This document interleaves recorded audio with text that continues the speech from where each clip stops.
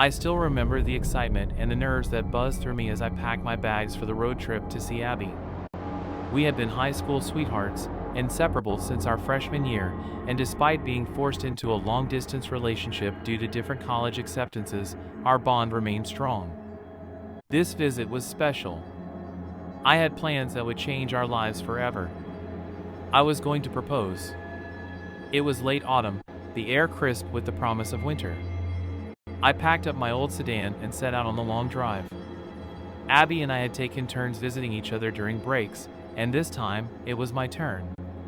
The miles stretched out ahead of me, the road unfurling like a ribbon. I had the radio turned low, the hum of the engine and the rhythm of the tires on asphalt becoming a meditative backdrop to my thoughts. About halfway through the trip, as I was cruising down a particularly desolate stretch of highway, I noticed a figure on the side of the road. A hitchhiker. He had a large backpack slung over one shoulder and his thumb extended, a hopeful look on his face. Normally, I wouldn't consider picking up a hitchhiker, but something about him seemed different. He looked young, maybe in his early 20s, with a scruffy beard and an air of harmlessness. Against my better judgment, I found myself slowing down and pulling over. "Need a lift?" I called out as he approached the car. "Yeah, thanks, man," he said, his voice tinged with relief. "I've been out here for hours." He introduced himself as Mark and threw his backpack into the back seat before climbing in. As we got back on the road, he chatted amiably, asking me about my destination and telling me about his own travels. He had a certain charm, an easygoing demeanor that made me feel at ease. As we drove, he pulled a beautiful gold necklace from his pocket and offered it to me as payment for the ride. It was intricately designed, with a delicate chain and a small, ornate pendant. "I found it on the side of the road," he explained. "Figured it might be worth something. Consider it a token of appreciation." I hesitated but eventually accepted it. The necklace was stunning, and his gesture seemed genuine. However, as the miles ticked by, I began to notice subtle changes in Mark's behavior. He had a nervous twitch, his leg bouncing restlessly, and he muttered to himself under his breath, almost as if he was having a conversation with someone who wasn't there. It was unsettling. The more I tried to engage him in conversation, the more evasive his answers became. He'd occasionally glance at me with a peculiar intensity that sent shivers down my spine.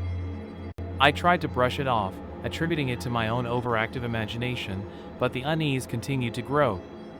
We drove for a few hours, and I was relieved when we reached a rest stop. I needed a break from the tension that had built up in the car. Mark agreed to stretch his legs and use the restroom. As soon as he was out of sight, I felt an overwhelming urge to look inside his backpack. I knew it was a breach of trust, but my instincts were screaming at me that something was off. With shaking hands, I unzipped the backpack and peeked inside. What I saw made my blood run cold. There were zip ties, a bloody knife, duct tape, and a small collection of fingers. Actual human fingers. My stomach lurched, and I fought the urge to vomit. I quickly zipped the backpack shut and tried to compose myself. My mind raced as I tried to figure out what to do next. I needed to get help without alerting Mark to my discovery. I spotted a worker cleaning the rest area and walked over to him, keeping my voice low and calm. "There's a hitchhiker I picked up. He's in the restroom now, but I looked in his backpack, and he has some really disturbing stuff in there. Can you call the police?" The worker's eyes widened, and he nodded, pulling out his phone. I kept glancing back toward the restroom, my heart pounding. It felt like an eternity before the police arrived, but when they did, Mark was gone. He had vanished without a trace, leaving his sinister backpack behind. The police took my statement and the backpack, promising to investigate. They searched the area but found no sign of Mark. It was as if he had disappeared into thin air. Shaken, I got back into my car and continued my journey to see Abby. The thought of the proposal that had once filled me with excitement now seemed overshadowed by the encounter with Mark. When I finally arrived at Abby's dorm, she could sense something was wrong. I recounted the entire ordeal, showing her the necklace Mark had given me. Her face went pale as she recognized it. "This belongs to Lisa," she said, her voice trembling.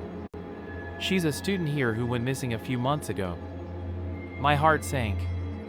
The necklace, the backpack, the missing fingers, it all pointed to something far more sinister than I had imagined.